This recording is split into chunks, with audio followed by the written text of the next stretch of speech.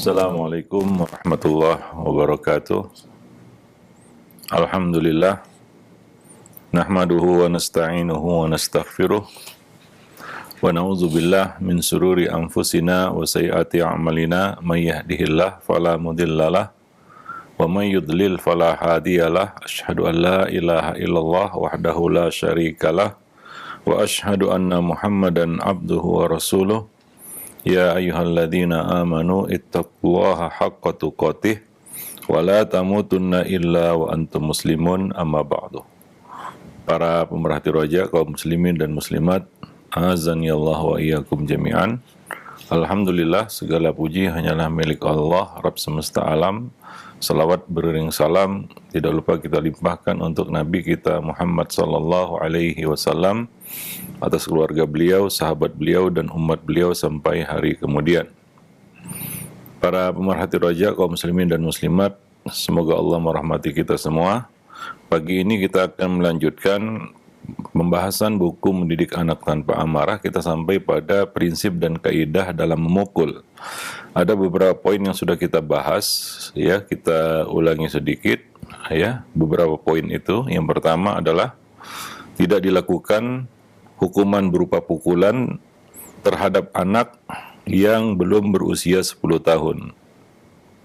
Artinya 10 tahun ke bawah, jangan menggunakan hukuman berupa pukulan atau hukuman fisik lainnya. Yang kedua, meminimalisir pukulan semampu mungkin. Ya, kalaupun anak itu sudah sampai menginjak usia yang boleh dilakukan terhadapnya hukuman berupa pukulan atau hukuman fisik, maka kalau bisa ditekan sedikit mungkin. Artinya jangan terlalu sering melakukan itu, sehingga sebagian orang tua, ya, sedikit kesalahan anak langsung main pukul. Nah, ini tentunya tidak baik, ya. Jadi meminimalisir pukulan semampu mungkin, ya. Kalau bisa, kalau ada opsi lain untuk meluruskan penyimpangannya, menasihatinya, memberikan peringatan kepadanya, itu lebih baik, ya, daripada menggunakan opsi pukulan. Maka Nabi SAW walaupun mengatakan wadribuhum fi asyrin, pukulan mereka di usia 10 tahun, Nabi tidak memukul anak, tidak pernah memukul anak. Beliau tidak pernah memukul dua, kaum wanita dan anak-anak.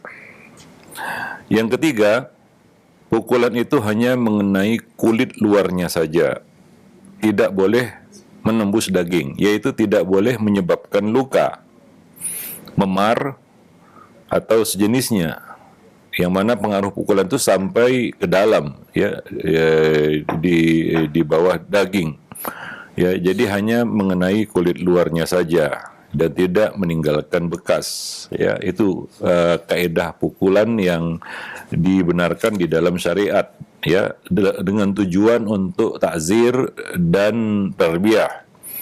Ya, beda hukuman hudud, ya, yang memang ada tujuan tertentu dari pelaksanaan hukum hudud itu. Tapi pukulan yang dilakukan yang tujuannya adalah untuk tarbiyah, mendidik, maka kriterianya adalah tidak boleh menyebabkan luka.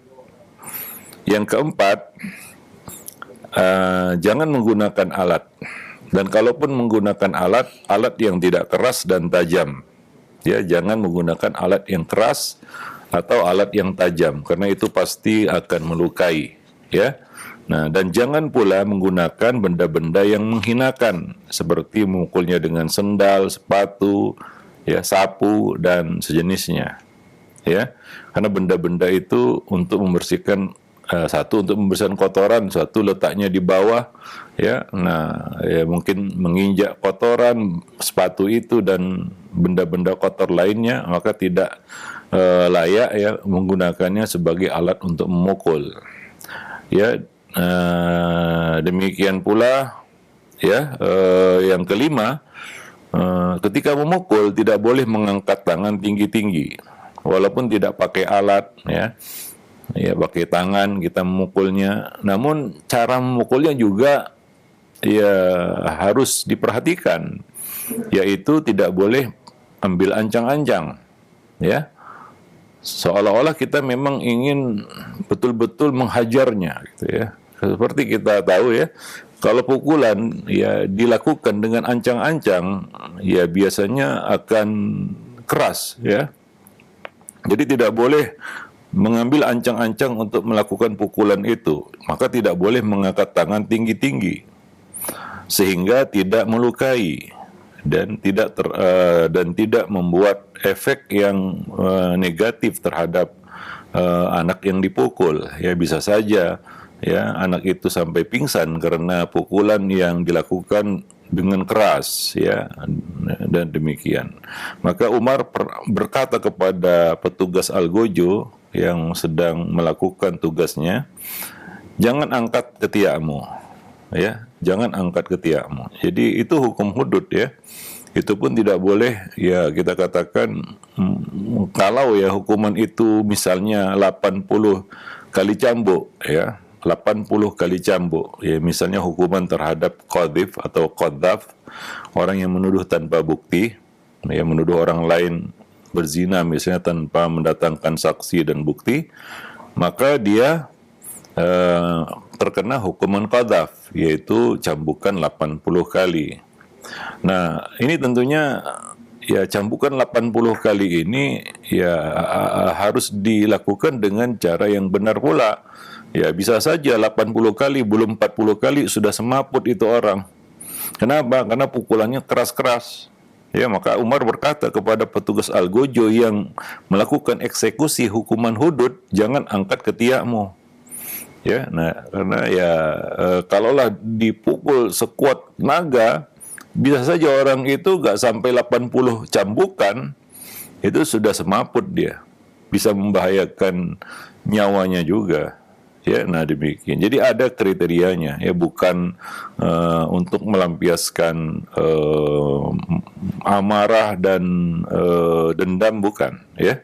Ini untuk satu tujuan, ya, di dalam syar'i, dalam kita katakan hukum syar'i, hudud itu sendiri ada tujuannya, yaitu untuk menimbulkan efek jerah.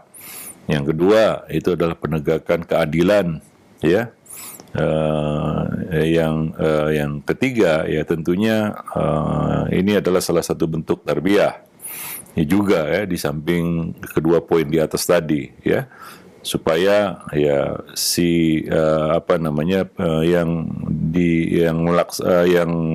yang terkena hukuman itu ya bisa mengambil pelajaran darinya. Nah demikian, wallahu a'lam bishawab. Baik.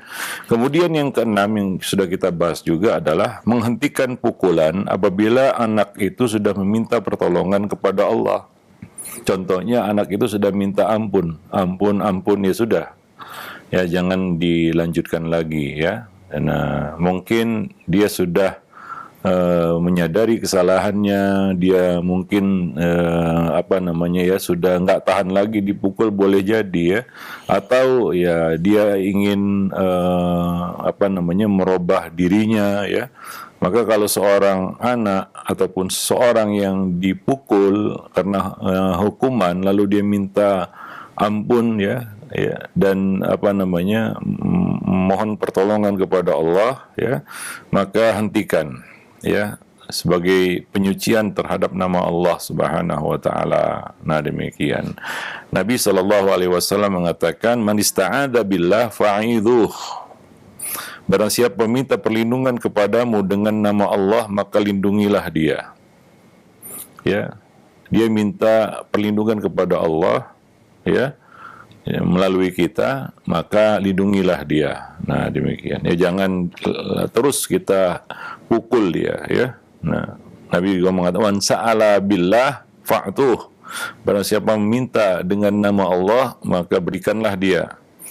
Wa man da'akum fa'ajibuh. Barang siapa yang mengundang kamu, maka penuhilah undangannya. Wa man shana'a ilaikum ma'rufan fakafi'uh. Barang siapa yang berbuat kebaikan kepadamu, maka balaslah kebaikan itu. Fa in lam tajidu ma tukafi'unahu fad'u lahu. Kalau kamu tidak mendapatkan sesuatu untuk membalas kebaikannya, maka fad'u lahu, ya, doakanlah dia dengan doa-doa kebaikan, ya, hatta tarau annakum qad kafa'tumu, hingga kamu merasa kamu sudah membalas kebaikannya. Ya, demikian para pemerhati roja kaum muslimin dan muslimat yang dimuliakan Allah. Itu 6 poin yang sudah kita bahas. Berikutnya yang ketujuh, tidak boleh memukul bagian-bagian tubuh yang vital. Contohnya wajah, kepala, leher, ya, dada, apalagi dada yang ada bagian jantung di situ, yaitu dada sebelah kiri, perut, ada ulu hati di situ, ada bagian-bagian yang sensitif di situ, atau kemaluan, ya, karena itu bisa membahayakan. Ya, maka ini adalah bagian-bagian yang tidak boleh dipukul.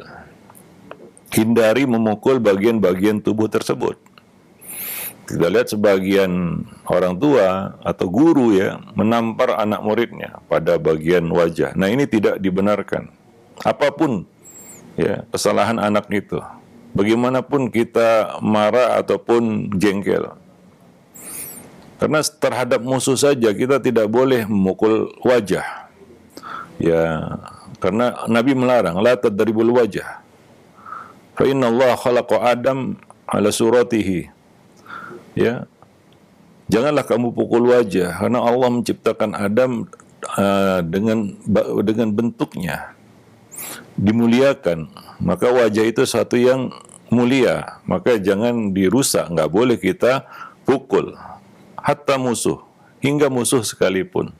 Ya, nah demikian. Ya, dan juga berbahaya, ya, memukul bagian wajah. Ya, berapa banyak orang tua yang terlanjur melakukannya, lalu ia sangat menyesal setelah kemarahannya mereda. Ya, maka dalam hal ini Nabi berkata, "Idza daraba ahadukum falyattaqil wajah." Apabila salah seorang dari kamu memukul, yaitu dia mau menegakkan hukum dengan memukulnya, maka janganlah memukul wajah. Ya, jangan memukul wajah. Itu bagian yang dihormati pada manusia, ya. Nah, demikian. Ya, akan menyebabkan suatu mudarat yang besar jika misalnya wajahnya rusak. Ya, wajahnya rusak misalnya. Itu kan satu, ya, kita katakan penderitaan yang luar biasa, ya. Nah, bagian tubuh lain masih bisa disembunyikan. Ya, kalaulah misalnya ada kecacatan atau luka, itu yang paling kita katakan buruk, ya. Ya, bagian-bagian tubuh lainnya ini masih bisa disembunyikan.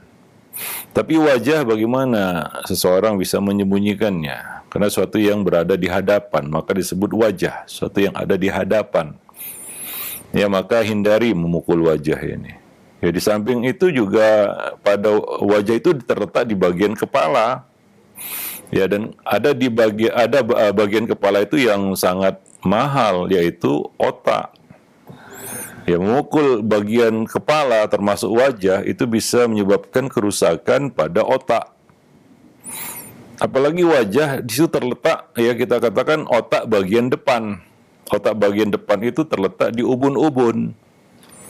Di ubun-ubun, yaitu tepat pada wajah. Nah, kalau terjadi kerusakan pada bagian otak sebelah depan ini, bagian depan ini, nah, orang itu bisa, ya, kita katakan kehilangan hidupnya, walaupun dia hidup, karena dia tidak bisa menggunakan otak bagian depan yang itu berfungsi untuk kita katakan menimbang rasa malu, ya, kemauan, dan bagian-bagian kita katakan penting lainnya dari fungsi otak, ya. Nah, demikian.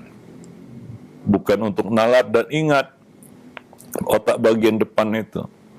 Ya, nah, jadi hindari memukul kepala, terutama wajah.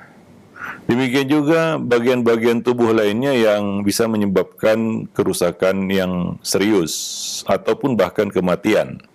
Contohnya leher, ya, jangan dipukul leher itu. Ya, karena ada bagian penting di leher itu apabila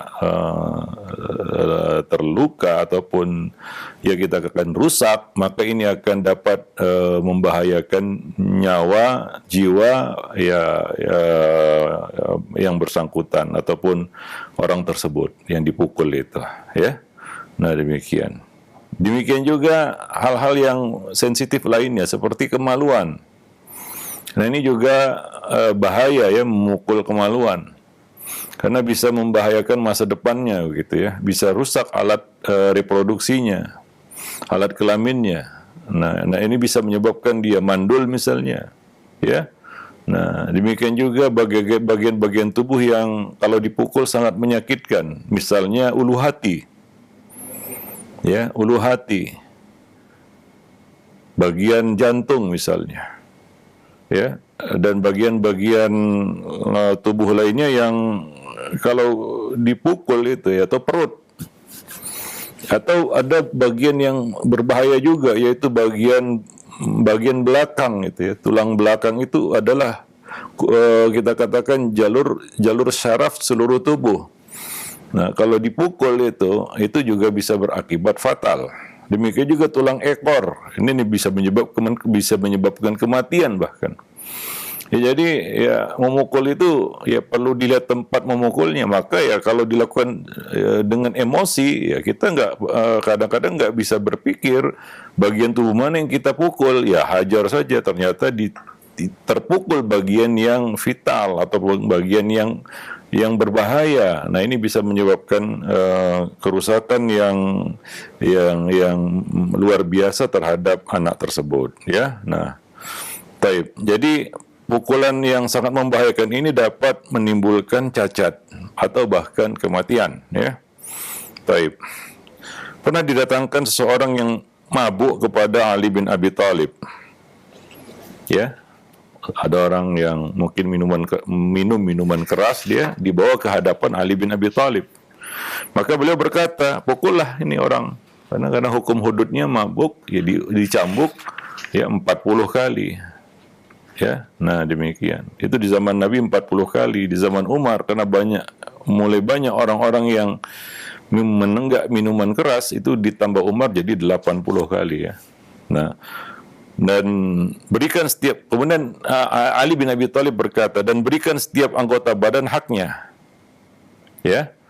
Artinya pukul dia, tapi jangan memukul wajah dan kemaluan.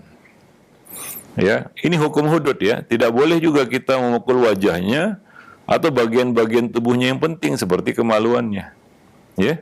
Nah, karena itu bisa menyebabkan kerusakan yang fatal bagi dirinya, ya. Nah, jadi hukum hudud sendiri, ini hukum hudud ya, itu bukan untuk merusak orang itu, karena ini hukumannya bukan mati ya, kecuali ya kita katakan pancung, rajam, itu kan mati, ya memang ujungnya adalah kematian. Tapi ini tidak, misalnya hukuman terhadap pemabuk misalnya dicambuk 40 kali lah kita katakan ya, itu bukan berarti ya pukulan ke-40 dia kehilangan nyawanya, enggak ya. Jadi atau setelah dipukul 40 kali dia kehilangan anggota badannya, atau ya dia mengalami kerusakan pada alat vitalnya karena yang dipukul alat vitalnya misalnya. Nah, ini tidak dibenarkan ya. Ini dalam pelaksanaan hukum hudud ya. Sekali lagi, ini dalam pelaksanaan hukum hudud. Ya memang orang itu bersalah dan memang harus menjalani hukuman. Ya, dan tentunya di dalam bab tarbiyah ya tidak seperti itu.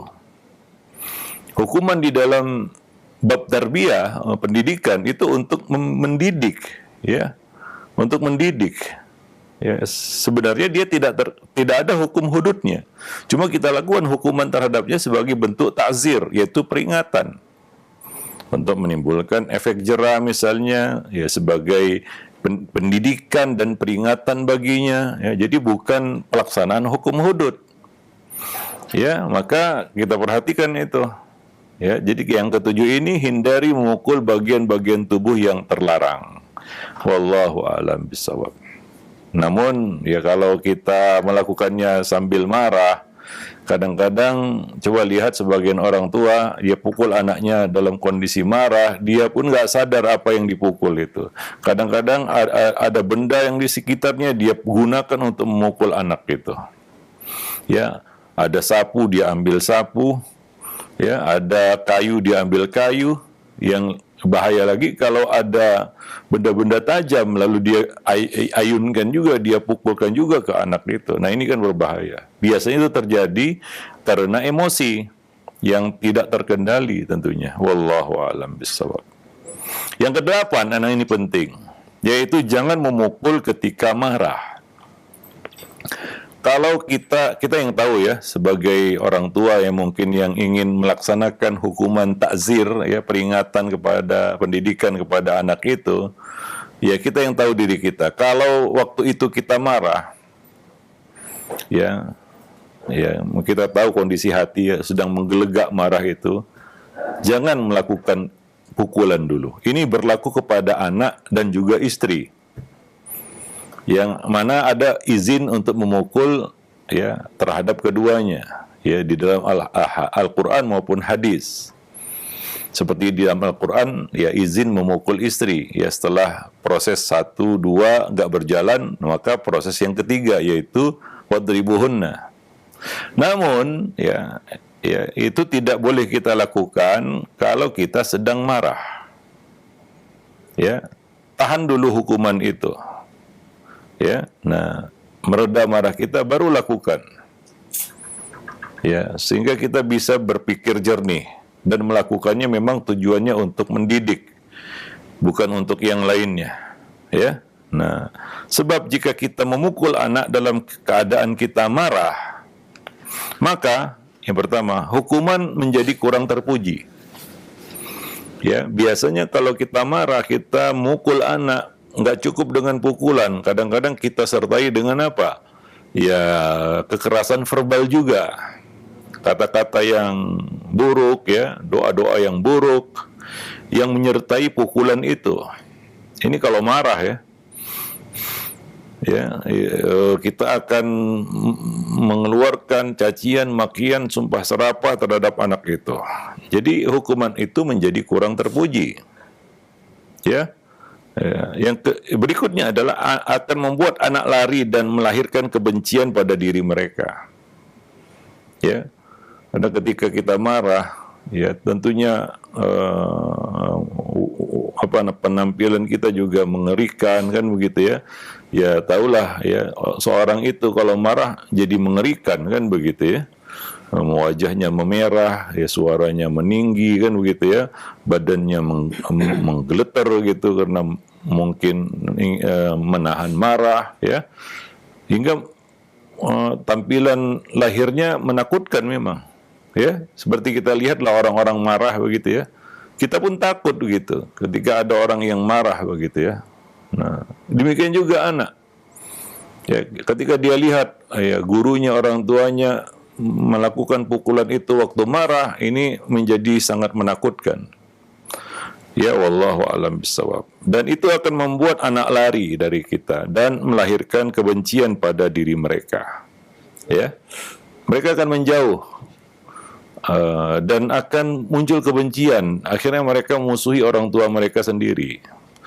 Ya, dan apalagi kalau kebencian itu diteruskan dengan permusuhan, yang musuh. Ada juga anak-anak yang justru memusuhi orang tuanya sendiri. Ya karena ya kita katakan tindakan yang salah ya dalam memberikan hukuman. Maka perhatikan itu. Yang berikutnya adalah ya jika kita mukul anak dalam keadaan kita marah, maka dalam kondisi seperti itu pukulan bukan lagi sebagai pendidikan, tapi mungkin sebagai pelampiasan amarah, kekesalan, kejengkelan dan dendam di hati terhadap anak tersebut. Ya, nah maka ya pukulan yang dilakukan ketika marah, ya maka coba lihat kadang-kadang satu berlebihan. Tadi kita katakan untuk anak jangan dihukum ya dengan pukulan lebih dari 3 kali. Itu menakutkan. Demikian ya arahan yang diberikan oleh Umar bin Abdul Aziz kepada para guru di wilayah kekuasaan beliau. Jangan dipukul lebih dari 3 kali. Ya, dan kaedahnya juga dari hadis Nabi, ya tidak boleh menghukum ya selain hudud lebih daripada 10 kali. Ya, nah demikian. Tapi kalau marah kadang-kadang berkali-kali. Ya, kita pun nggak menghitungnya, itu sudah dipukul berkali-kali, mungkin lebih daripada hukuman hudud itu pun nggak berhenti. Karena kita lakukan saat marah, buru-buru menghitungnya lah, 1, 2, 3. Ya, dia akan terus memukul anaknya sampai puas kemarahannya. Nah ini sangat berbahaya dan tidak boleh juga, ya salah itu. Kemudian dalam kondisi emosi seringkali setan menguasai jiwa kita sehingga kita tidak menghiraukan ya hukum-hukum Allah, ketentuan-ketentuan syariat yang berlaku. Ya, setan akan mendekat. Setan akan menguasai pikiran kita. Ya, maka sering terjadi penyesalan. Ya, ketika kita melampiaskan amarah dalam bentuk pukulan. Ya, kita menyesali kenapa saya lakukan itu. Ya, nah ini kita katakan kadang-kadang ya di luar kendali manusia itu sendiri. Maka dari itu dia harus mengendalikan marahnya. Dan jangan melakukan pukulan itu ketika marah. Wallahu a'lam bishawab. Nah, dari sini kita menyadari hikmah dari wasiat Nabi SAW kepada seorang yang minta nasihat kepada beliau. Nabi mengatakan la taghdab, la taghdab, la taghdab. Jangan marah, jangan marah, jangan marah. Ya, nah demikian. Ya, maka orang tersebut berkata, ya ketika dapat wasiat seperti itu dari Nabi, ya, jangan marah, jangan marah, jangan marah. Ya, kita juga memaklumi bahwa ketika Nabi mengatakan jangan marah, bukan berarti menafikan marah sama sekali. Tidak. Tapi jadikanlah ya menahan amarah itu menjadi suatu yang dominan pada dirimu, yang selalu senantiasa kamu lakukan. Ya, nah demikian. Maka orang tersebut berkata, saya berpikir ketika Rasulullah bersabda demikian, bahwasanya marah merupakan kumpulan dari semua kejelekan. Ya, ketika Nabi menyampaikan wasiat singkat itu kepadanya, dia berkata, saya pikir Nabi telah menjelaskan kepada saya bahwa marah merupakan kumpulan dari semua keburukan-keburukan, kejelekan-kejelekan. Wallahu a'lam bishawab. Ya, nah maka perhatikanlah ya 8 poin ini ya, kaidah di dalam memukul ya. Wallahu a'lam bishawab. Baik. Kemudian ya kita akan bahas nanti satu bab ya lanjutannya, yaitu mendidik dengan cinta. Ya, mendidik atas dasar cinta. Ya, kita melakukannya karena kita menyintai ya anak kita, murid kita. Maka kita pun melakukannya dengan sepenuh hati dan memang menginginkan kebaikan atas anak didik kita, atas anak-anak kita. Nah, disinilah ya perlu digabungkan antara sabar dan kasih sayang. Ya, sabar dan kasih sayang. Itu kasih sayang yang terus kita berikan ya, karena itu dilakukan dengan kesabaran. Ya, wallahu a'lam bishawab. Nah, ini akan kita jelaskan pada pertemuan berikut insyaallah. Nah, demikian para pemerhati roja kaum muslimin dan muslimat yang dimuliakan Allah. Ya, materi yang bisa kita sampaikan dalam kesempatan pagi ini mudah-mudahan bermanfaat. Aku qauli hadza astaghfirullah li wa lakum lisairil muslimin innahu huwal ghafurur rahim. Ya, nah, alhamdulillah, baik, syukran jazakallahu khair atas materi yang telah disampaikan oleh Al Ustadz di pagi hari ini. Kelanjutan dari pembahasan yang lalu, yaitu prinsip kaidah dalam memukul, yang mudah-mudahan menjadi ilmu yang bermanfaat untuk kita semua dan bisa kita aplikasikan ketika kita dalam mendidik anggota keluarga kita. Baik, untuk selanjutnya kami buka sesi interaktif dan alhamdulillah sudah ada beberapa pertanyaan yang masuk di kesempatan pagi hari ini. Yang pertama, Ustaz, ada pertanyaan Dari penanya yang tidak disebutkan nama dan tempatnya. Assalamualaikum warahmatullahi wabarakatuh. Ya Ustadz, saya mau mohon atau minta nasihatnya. Saya mempunyai istri yang sedikit temperamen. Dia selalu berlindung dari masa kecilnya yang mungkin didikan yang agak sedikit keras dan juga terdapat luka batin. Di permasalahan kedua, mungkin dari sayanya yang belum bisa membahagiakan secara finansial dalam rumah tangga, sehingga terkadang ucapan-ucapannya seperti Allah tidak adil dan lain-lain. Saya terkadang hanya bisa diam, bingung apa yang harus saya lakukan. Menasehati juga seringnya tidak diterima karena saya sering berbuat salah. Efeknya jadi ke anak saya yang masih berusia 3 tahun. Kalau tidak saya hadang mungkin sering terkena pukulan. Saya juga takut akan anak saya nantinya menjadi trauma karena sedikit-sedikit dimarahi oleh ibunya. Mohon nasihatnya Ustaz. Ya, ini kalau bisa kita kan ini satu masalah yang bertumpuk-tumpuk ya.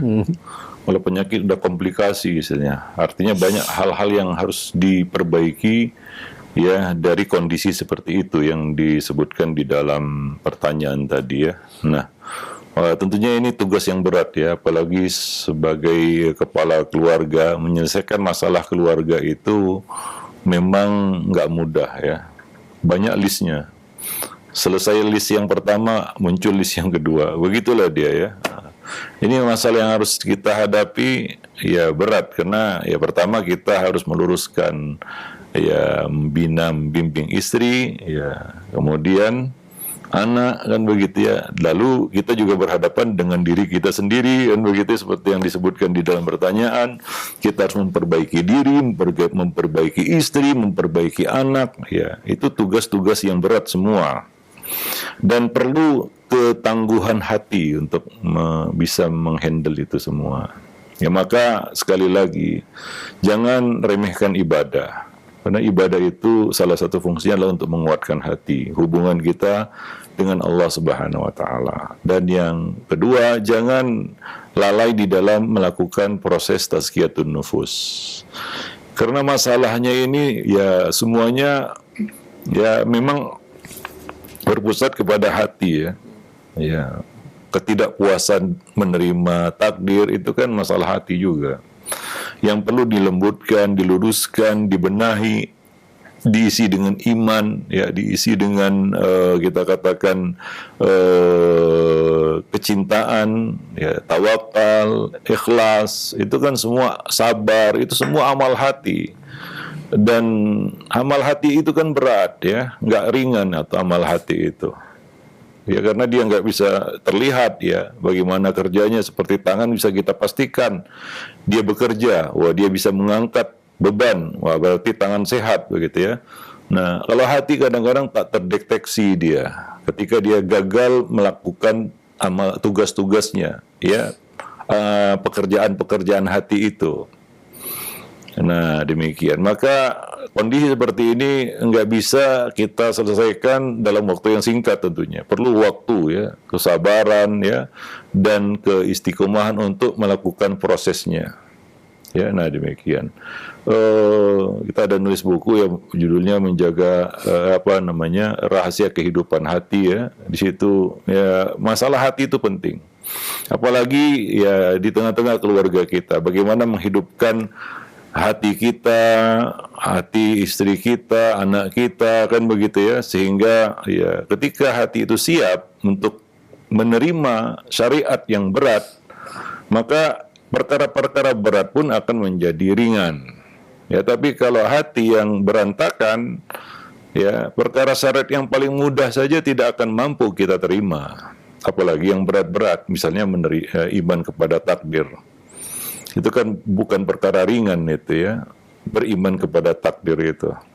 Itu rukun iman yang ke-6 itu. Karena takdir ada dua, yang baik dan yang buruk. Manusia bermasalah ketika harus menerima takdir yang buruk, takdir yang tidak diinginkan.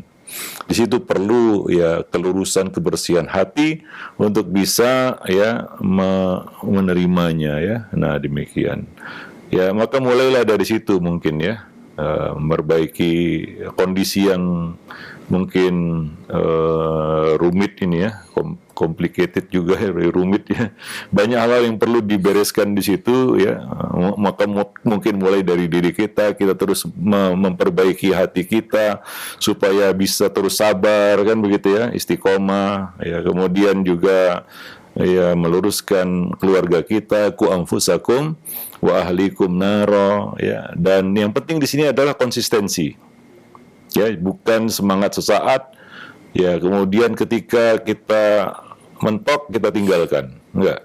Ya. Nah, kita tidak boleh putus asa. Fokus kepada tugas kita, jangan hasil. Hasil bukan di tangan kita. Bagaimana kita membimbing istri ya.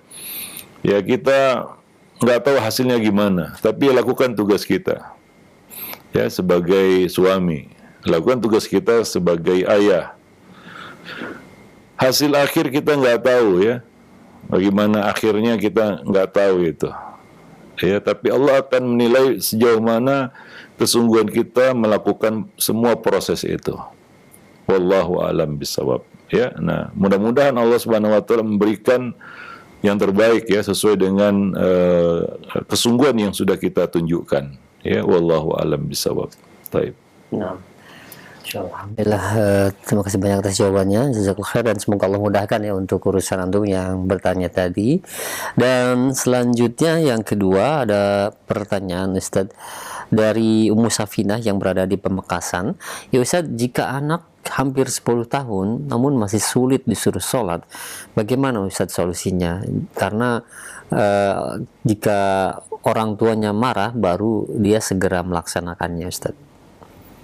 Ya, mungkin itu akibat kebiasaan ya. Kita terburu-buru menggunakan opsi marah gitu, untuk agar dia mau melakukannya. Ya, sehingga kita tidak menemukan opsi lain gitu ya.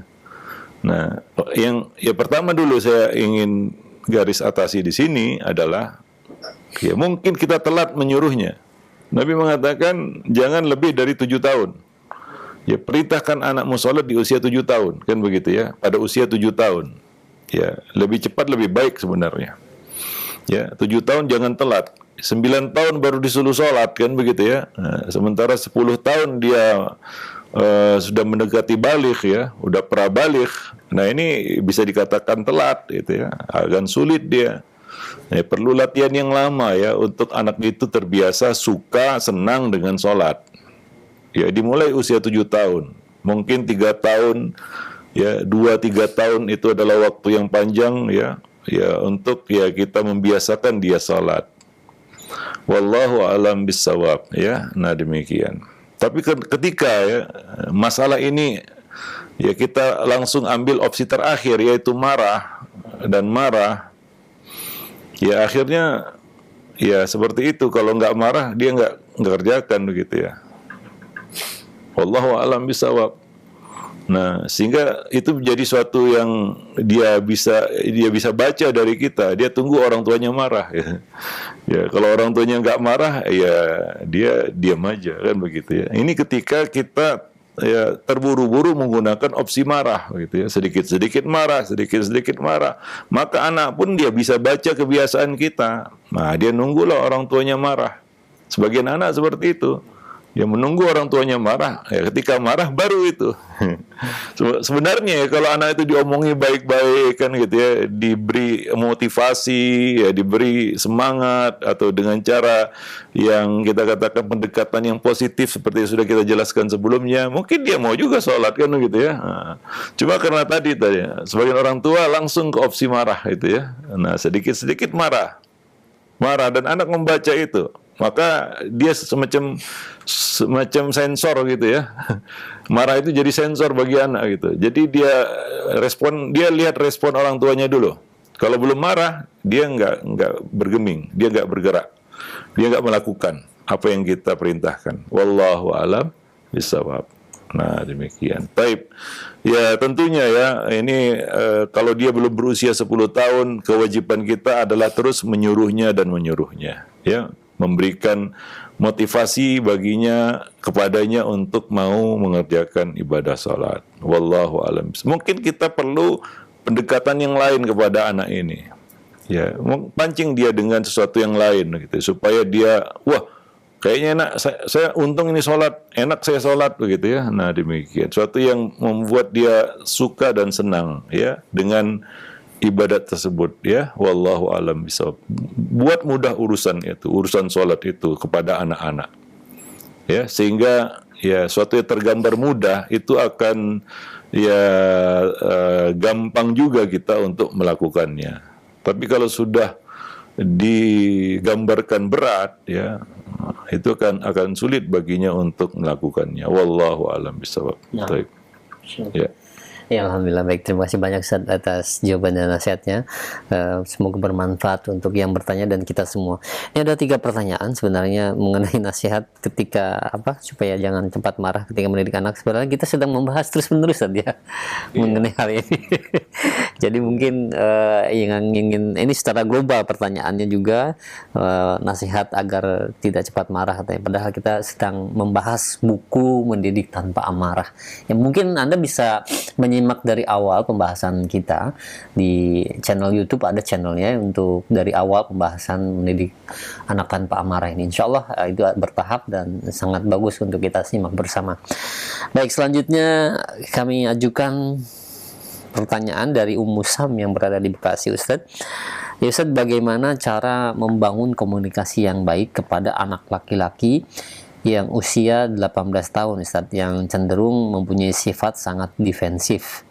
Tidak dijelaskan defensifnya seperti apa, dan kami juga bukan orang tua yang termasuk gemar memukul atau berkata kotor kepada anak. Iya. 18 tahun itu bukan kanak-kanak lagi, itu remaja. Bahkan 18 tahun itu sudah masuk kategori usia pradewasa. Pradewasa, ya. Karena di usia 20-21 itu biasanya, normalnya, sesuai dengan perkembangan fisiknya, dia sudah masuk usia rusyd.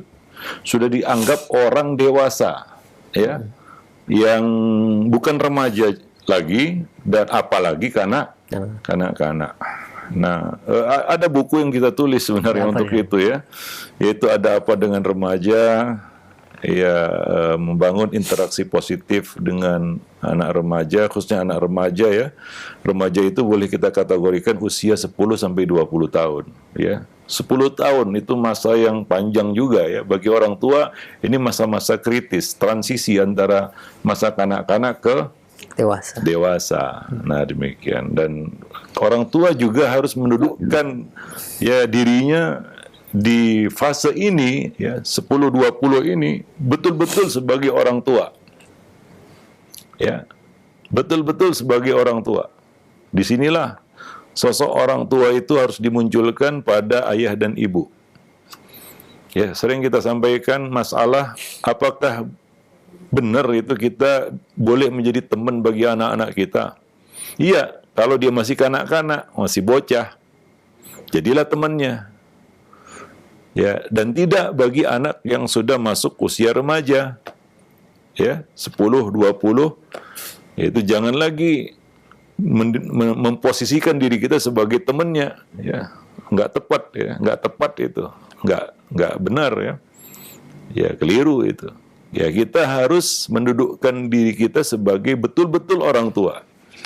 Karena dia sudah mulai berkembang, ya, baik fisik maupun akalnya. Dia sudah mengenal status kita sebagai orang tua. Ya, jadi pendekatan kita kepada anak remaja ini juga berbeda.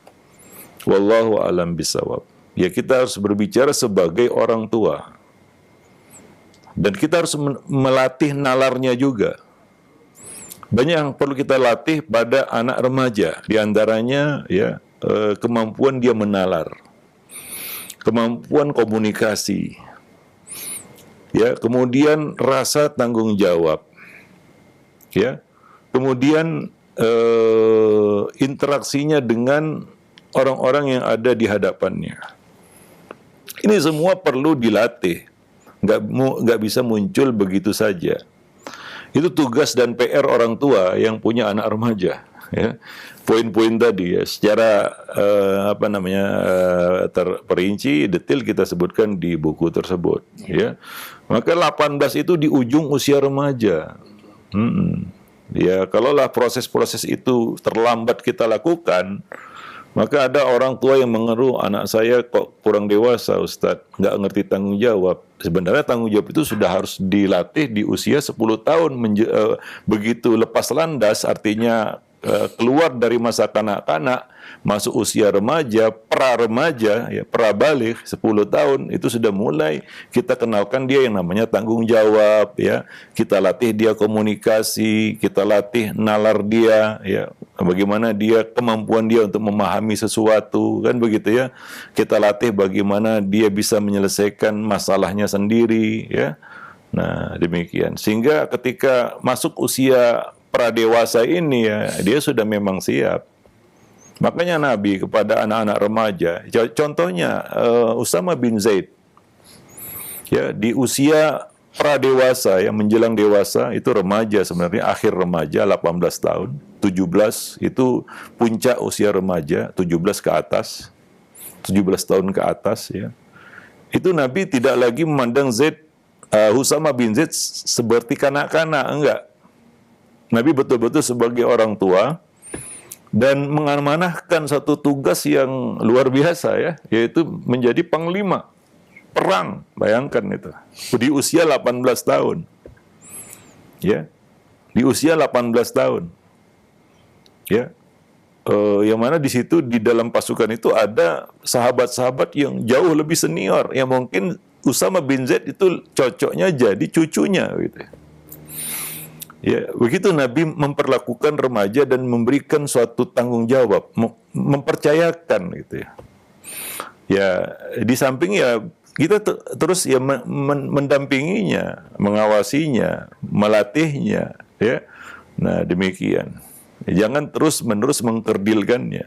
Nah, ini kan perlu proses juga. Di usia 18 tahun Nabi sudah mengamanahkan tugas berat itu.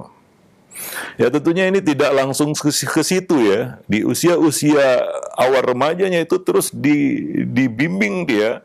Ya, amanah itu rasa tanggung jawab untuk mengemban amanah itu ya harus ditumbuhkan sedikit demi sedikit. Ya, nggak bisa langsung tiba-tiba dia pernah dilatih tentang tanggung jawab, tiba-tiba diamanahi tugas yang berat, nggak mungkin itu, ya. Nah, ini menunjukkan bahwa Nabi sudah mempersiapkan Usama bin Zaid, yang mana beliau dekat dengan ayahnya yaitu Zaid bin Harithah, ya. Karena ayahnya ini juga pernah disebut Zaid bin Muhammad, ya, akhirnya dikembalikan kepada Harithah lagi, ya, orang yang dikasihi Nabi, ya. Nabi menyintainya, Nabi menyukainya. Ya, tentunya Usama bin Zaid ini tidak jauh-jauh dari dari bimbingan Nabi SAW. Ya. Nah, di usia 18 tahun Nabi sudah mempercayakannya untuk memimpin suatu pasukan, gitu ya. Nah, jadi ketika di usia-usia seperti itu, ya memang ya orang tua ya harus banyak mempersiapkan banyak hal, ya, untuk anak-anak remajanya. Wallahu a'lam, bisa menumbuhkan kepercayaan dirinya, kan begitu, ya. Melatihnya untuk menyelesaikan masalahnya sendiri, kan gitu. Tapi semuanya dengan bimbingan orang tua, ya. Wallahu a'lam bisa. Ini ya kita katakan dia akan lepas landas menuju masa dewasa. Benar-benar utuh menjadi seorang manusia, kan begitu, ya.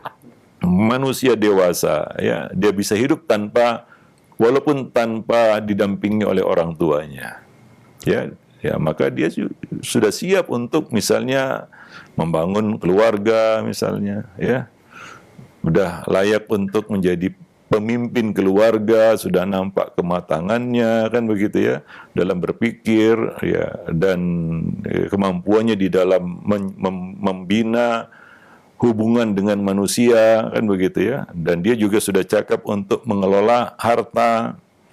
Itu usia rusyd, ya. Wallahu a'lam bishawab. Nah, demikian para jemaah yang dimuliakan Allah, para pemerhati raja, kaum muslimin dan muslimat yang dimuliakan Allah. Pertemuan kita pada kesempatan pagi ini mudah-mudahan bermanfaat. Aqulu qouli hadza, astaghfirullah li wa lakum sairil muslimin, innahu huwal ghafurur rahim.